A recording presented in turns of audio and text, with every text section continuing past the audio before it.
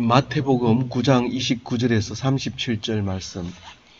예수께서 거기에서 떠나가실새 두 맹인이 따라오며 소리질러 이르되 다윗의 자손이여 우리를 불쌍히 여기소서 하더니. 오늘은 그 세 가지 정도의 그 사건을 말씀하고 있지만 사실은 한 사건씩 묵상해도 사실 시간이 부족합니다. 그런데 이렇게 빨리 이것을 묵상하고 넘어가야 되는 부분들인데 신학적으로는 아주 매우 중요한 사건들입니다. 예수께서 거기에서 가실새, 이 말은 예수님께서 죽은 여자아이를, 야히로의 딸을 살립니다. 달리다굼 일어나라. 그래서 일으키시는, 그래서 살리시는 그런 역사를, 기적을 일으키고 오늘 27절에 거기서 떠나 두 맹인을 이제 고치는 장면을 말하고 있습니다. 마태복음밖에 이 말을 하지 않습니다. 이제 오늘 제일 끝에 세 가지 사건 중에 제일 끝에 것은 이제 세 복음서 공간 복음에는 마태, 마가, 누가 복음에는 다 나오는 말씀이지만 지금 하고 있는 이 말씀은 이 마태 복음에만 있는 말씀입니다. 이 두 맹인이 어떻게 맹인을 두 사람을 만나서 이렇게 예수님께 병고침을 받게 되는지 우리가 묵상을 해보게 됩니다. 그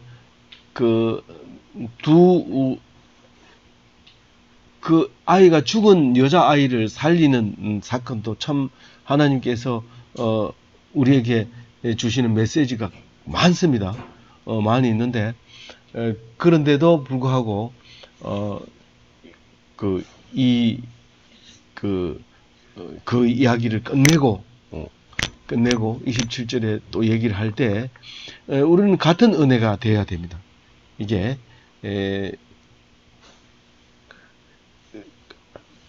우리가 생각하는 그런 아무리 생각을 해도 말이 되지 않는 그런 말을 이제 말씀을 하시게 되죠.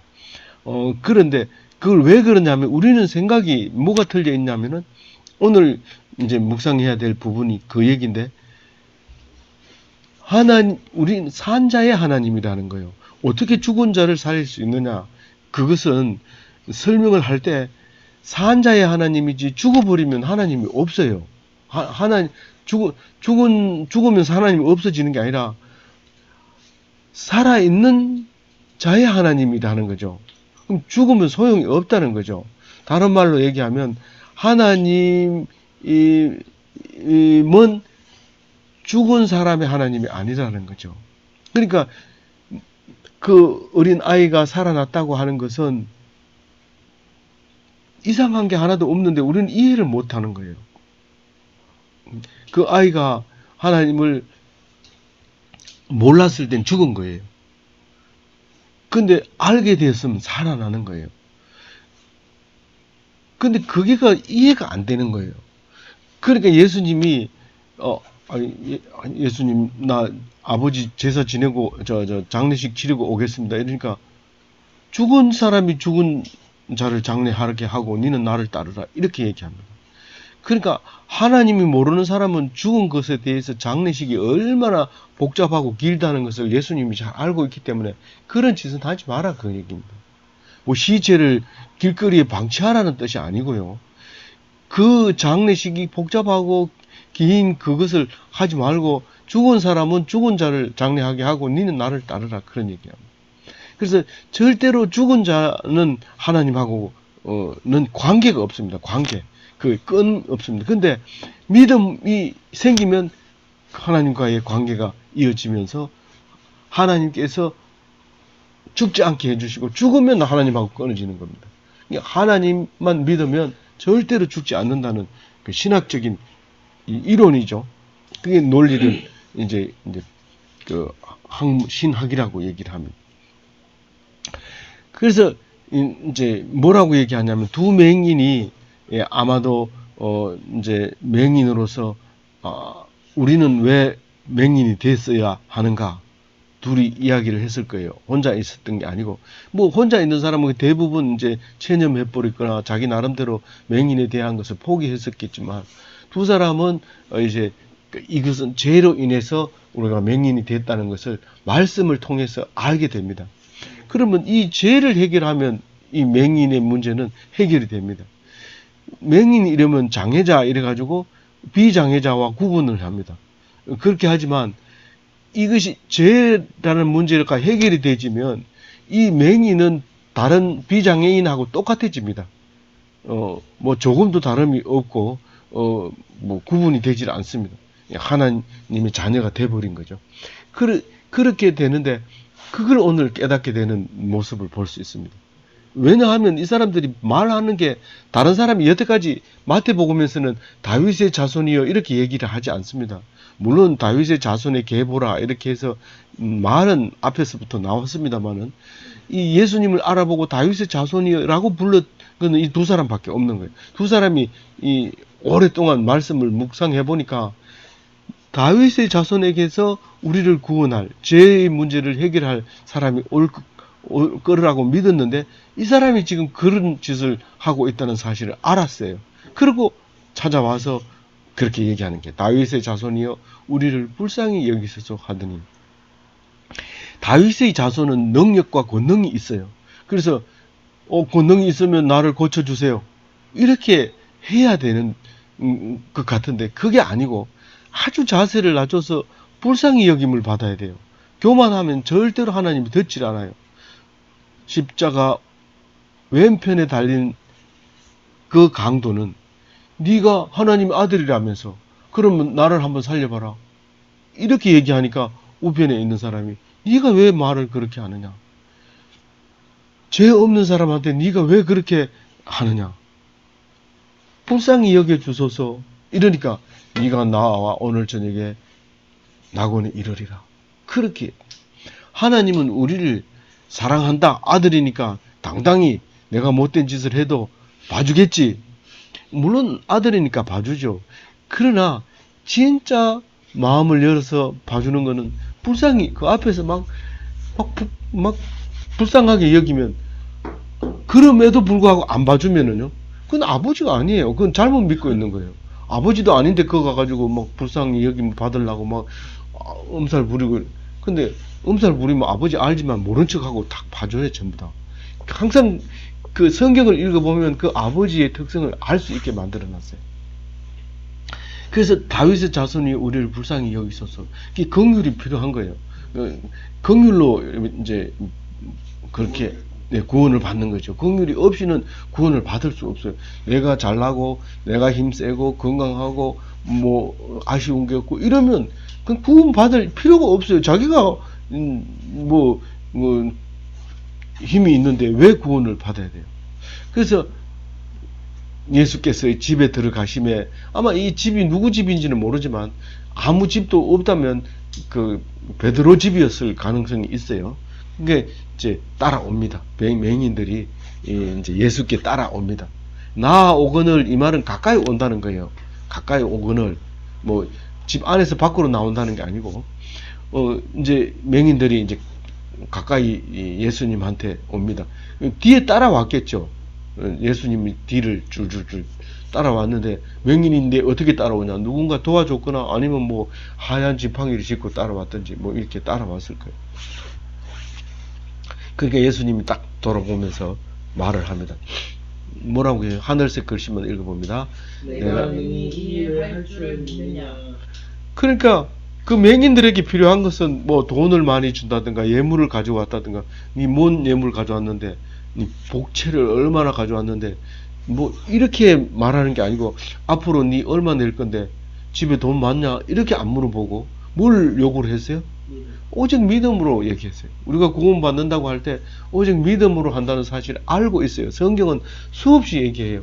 그럼에도 불구하고 이 성경을 덮어놓고요, 돈 있는 사람들이 참 이것은 좋은 말이다 이러면서 돈으로 이 신앙을 그러니까 신권과 정권을 다 가지게 돼요.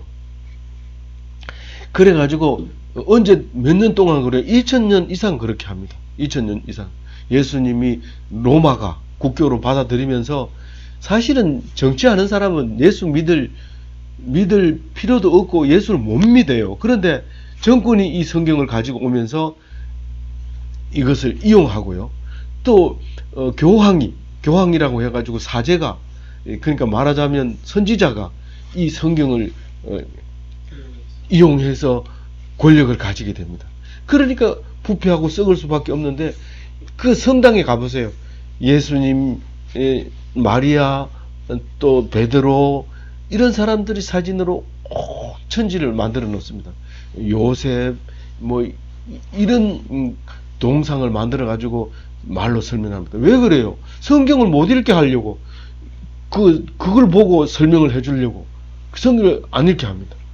그러다 보니까 막 성당이, 그러니까 성전이 얼마나 큰지 몰라요. 근데 기독교는 그거를 안 하거든. 만들지 않고 성경 말씀을 보니까 이게 전파가 안 되는 거예요. 근데 성당은 크게 지어놓으면 그 구경하러 엄청 옵니다. 그래서 외국 사람들이 오면 동화사에 데리고 가서 큰 불상을 보여주고 이렇게 해요. 그런데 그렇게 하지 말고, 뭐 팔만대장경 이런 거 보여주지 말고 교회를 보여줘야지, 그렇게 얘기하지만, 그런 식으로 교회, 그러니까 성모 마리아가 없고 이런 성당 말고 교회를 보여줘야 된다, 그런 말이죠. 그 말은 좋아요. 근데 그것도 보여주는 필요가 없어요. 우리가 예수로 말미암아 당당히 서 있으면 되지, 그걸 보여줘가지고 그래 인정받아서 뭐 그 사람들, 외국 사람 온 그 인정받아서 뭐 어떻게 하겠다는 거예요. 그런 게 아니죠. 그거는 없습니다. 그러니까 하나님, 오직 믿음을 보여줘야 되는데, 믿음으로 사는 사람들이 어떻게 사는 건가를 보여줘야 됩니다. 우리는 한때 관광하러 온 사람들이 이 시내를 이렇게 내다보면, 밤에 보면 십자가 등불이 온 천지를 뒤덮고 있는 것을 관광의 하나의 아이템으로 자랑을 하고 있었고, 그거 보러 온 사람들이 있었어요. 근데 소득이 높아지면서 불을 못 켜게 하고, 새벽 종소리를 못 치게 하고, 그럼으로써 점점 사라지면서 기독교가 없어지기, 교인들이 없어지기 시작을 하고, 기독교 문화는 이미 들어와 가지고 제사도 안 지내고 그러면서도 이 교회는 안 나갑니다. 그거는 기독교 문화인지도 모르고, 너 교회 안 다니냐? 안 다니면 그럼 제사 지내겠네? 안 지낸다. 왜 안 지내냐? 다 안 지내니까. 왜 안 지내는데? 기독교인들이 이미 안 지내는 그 모습을 보면서, 그래, 그건 교회도 안 나가고 조상도 안 믿으면 그건 나쁜 사람이죠. 그게 뭐 남들 다 한다고 따라하고 이런데 뭣도 모르고 따라하는 거죠. 그렇게 하면 안 돼. 그래서 이제 예수님이 그 두 사람에게 믿음이 믿느냐, 그렇게 물어봅니다. 그러하오이다, 그렇게 얘기합니다. 근데 우리한테 그렇게 물으면 예 그렇습니다, 그렇게 얘기할 것 같지만 절대로 얘기 못합니다. 말은 믿습니다 이런데 사실 그거는 뭘 믿는데, 그냥 믿는데, 부흥 강사가 어떤 시골에 아가씨가 있었습니다. 아멘. 뭐를 아멘 한다는 거예요. 그러니까 이게 자기는 아무 생각도 없이 자꾸 하는 거예요. 믿는다고 하는 것이, 우리가 기도를 해놨는 것은 그 응답을 믿는 거예요. 나를 건강하게 해 주실 줄 믿습니다. 그렇게 기도를 했으면 병이 나았어요, 그게 그냥 쉽게 낫나? 기도해놓고 그런 거예요. 네 기도했다며, 기도한다고 뭐 다 들어주나? 이렇게 하는 거예요. 보통 그래 한다고, 보통. 심지어는 기도 자체를 안 해요. 기도한다고 되는 게 아니고 와서 데모해야 된다는 거예요. 기도하지 말고. 우리가 신앙생활을 하면서 그렇게 한다고요. 우리가 믿음으로 기도하면 어떻게 하라고요? 응답 받은 줄 알고 믿고 믿으라는 거예요.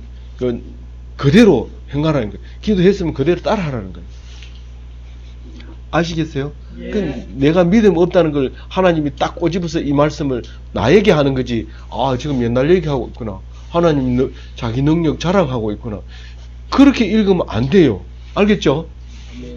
29절 같이 읽어봅니다. 이에 예수께서 그들의 눈을 만지시며 이르시되 너희 믿음대로 되라 하시니. 자, 보통 다른 거는 이제 만져서 치료하고 네가 뭐 만지지도 안 하고 벌써 네 믿음이 너를 구원했다 이렇게 하기도 하고, 이런 경우에는 눈을 만져주면서 믿음 되라고 할 때 믿음이 없으면 니는 못 고친다 이런 의미가 포함되어 있어요. 믿습니다 이랬는데 야 낫겠나? 나가면서 그러면 돼요 안 돼요? 그런 말 자체는 안 믿고 있는 거니까 그건 안 나요. 그냥 믿는 거예요. 낫다. 그러니까 난 죄가 없어. 죄 때문에 눈이 어두운 거 아니야. 그러고 보면 상대방을 보니까 나보고 저기 장애자라고 욕하던 사람은 그 사람 보니까 자기는 눈으로는 보고 있는데 마음으로는 봉사보다 더 못해. 하나님을 몰라.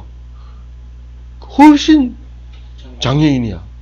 그걸 알고 나면 기뻐지고 누구나 다 맹인이야. 나만 맹인이 아니야. 뭐 이렇게 하게 되면 그렇게 마음이 고쳐짐을 받고 그 자유함을 얻고 죄의 눌림을 얻게 된다. 그런 말입니다.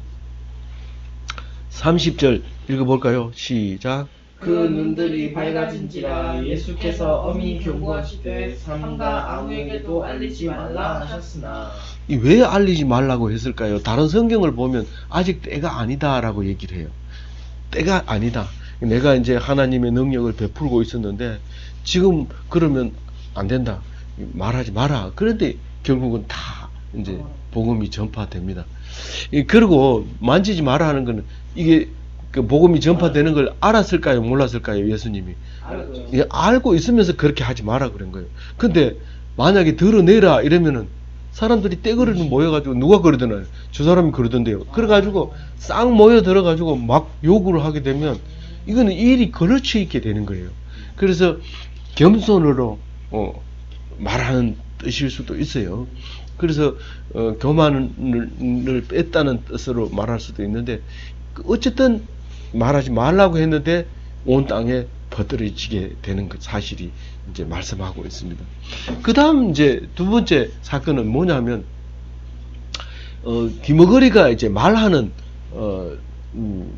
그 사건이 이루어지는데 이 벙어리는 못 귀가 안 들리니까 말을 못 하는 거예요. 이게 언어 장애가 있을 수는 있죠. 언어 장애가 있을 수는 있지만 귀가 먹힌 사람은 말을 자체를 못 해요. 우우 이런 소리만 내는 거죠. 그래서 귀가 들리게 해준 거란 말이에요. 이게 말 못하는 사람이 말하게 되는 것은 귀가 열렸다는 뜻입니다. 우리가 아무리 교회 다녀도 야 교회는 그 정신 이상한 사람들이 다녀 이랬고 뭐 말을 해도 그 말 되는 소리를 해라. 뭐 사람이 죽었다가 다시 살아난다면 그게 말 되나? 이렇게 하던 사람이 믿어지는 거예요. 예수님이 살아나셨대. 귀가 딱 열리는 거예요. 그러니까 그 다음부터는 귀를 쫑긋하고 뭐요? 목사님 설교를 듣는 거예요. 그리고 말을 막 하는 거예요. 예수님이 살아나셨고 우리를 위해서 살아나셨고 죽은 자를 살리셨고 입이 막 열려서 막 얘기하는 거예요. 제가 말 못하던 애가 왜 저렇게 됐냐? 그게 죽은 자를 살렸다고 그러니까 사람이 말을 할 수 있을 것 같지만 그렇게 얘기하면 대답을 못해요. 죽은 자가 살아났대. 얘 미쳤다. 죽은 자가 살아났다. 그렇게 말하는 경우가 있는데 그런 경우는 그 사람이 뭔 말인지 못 알아들으니까 그런 말을 하는 거죠. 진짜 알아들으면 그런 얘기를 못해요. 이 사람이 이런 말을 하네. 이 사람 믿음 있는 사람이다. 이렇게 말하는 게 원칙이죠. 그게 제대로 된 거죠. 그래서 이렇게 얘기합니다. 33절에 귀신이 쫓겨나가고 말 못하는 사람이 말을 하게 되니까 무리가 놀랍게 여겨. 여기서 말하는 무리는요, 유대인들을 얘기하는 거죠. 유대인들이 야 벙어리가 말한대. 이게 무슨 말이냐 하면 이스라엘에서는 항상 이런 벙어리가 말을 하고 못 걷는 사람이 걷게 되고, 맹인이 보게 되고, 나병 환자가 깨끗함을 받고, 죽은 자가 살아나고, 이런 걸 보면 어떤 거라고요? 메시아가 왔다는 뜻이에요. 그러니까 메시아가 왔다 이런 얘기는 못하고 이스라엘 가운데 이런 일을 본 적이 없다 이렇게 얘기하는 거예요. 이 유대인들이 말하는 습관이 이렇게 애둘러 말하는 거예요. 이게 이제 메시아가 왔다 이런 뜻이에요. 온 거 아닌가 이런 뜻이에요. 잘못 얘기하면 종교 지도자들한테 붙잡혀가기 때문에 이런 글은 우리가 본 적이 없다 이렇게 얘기를 하는 거예요. 그리고요 여기서는 자세하게 안 나와 있는데 다른 데서는 그가 귀신의 왕을 의지하여 귀신을 쫓아낸다 이런 말을 합니다. 그럼 예수님이 니들이 지금 말 되는 소리를 해라. 귀신의 왕이 귀신을 왜 쫓아내나? 귀신이 왕이 귀신을 쫓아내면 귀신의 대적이지 그게 어떻게 귀신의 왕이 되겠느냐? 그런 말을 하고 있는 거예요. 그럼 귀신이 귀신을 쫓아내보면 귀신의 나라가 서겠느냐? 그거는 말도 안 되는 소리를 너들이 하는데 그게 너들이 말하고 있는 그것이 너를 재판하고 있는 거다. 이제 그런 얘기를 다른 성경에서는 해요. 여기서 귀신의 왕이라는 거는 바알세불이라고 다른 데 나오면서 그것을 그때 당시에 파리대왕이라고 해요. 그 파리대왕은 좋게 말하는 거고 원래는 사탄의 왕을 말하는 거예요. 그래서 야야 저기 귀신 좋게 얘기 안 하고 있는 거예요. 저기 귀신이 들려가지고 귀신 쫓아낸다. 그렇게 말하니까 예수님이 네가 말 같은 소리를 좀 해라. 귀신의 왕이 왜 귀신을 쫓아내냐? 귀신이 아니라는 거예요. 그럼 뭐예요? 성령이 임하신 예수님의 능력이라는 것을 말하는 거예요.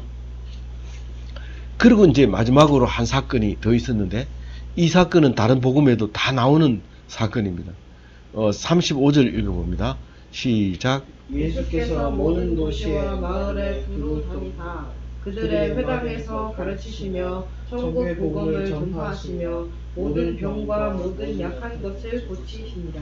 이거를 그냥 읽어버리면 머릿속에 기억이 안 남는데 선교사들을 파송할 때 선교사역의 3대 사역을 말씀하세요. 이러면 꼭 teaching, preaching, healing 이렇게 얘기합니다. 그러니까 가르치고 복음 전하고 병을 고쳐주는 건데 회복 사역인데 티칭은 주로 유대 회당에서 사역을 했어요. 근데 이제 선교사들이 나가면 여러 사람 모이는 곳에서 가르쳐야 돼요. 근데 설교는 아무 데서나 해요.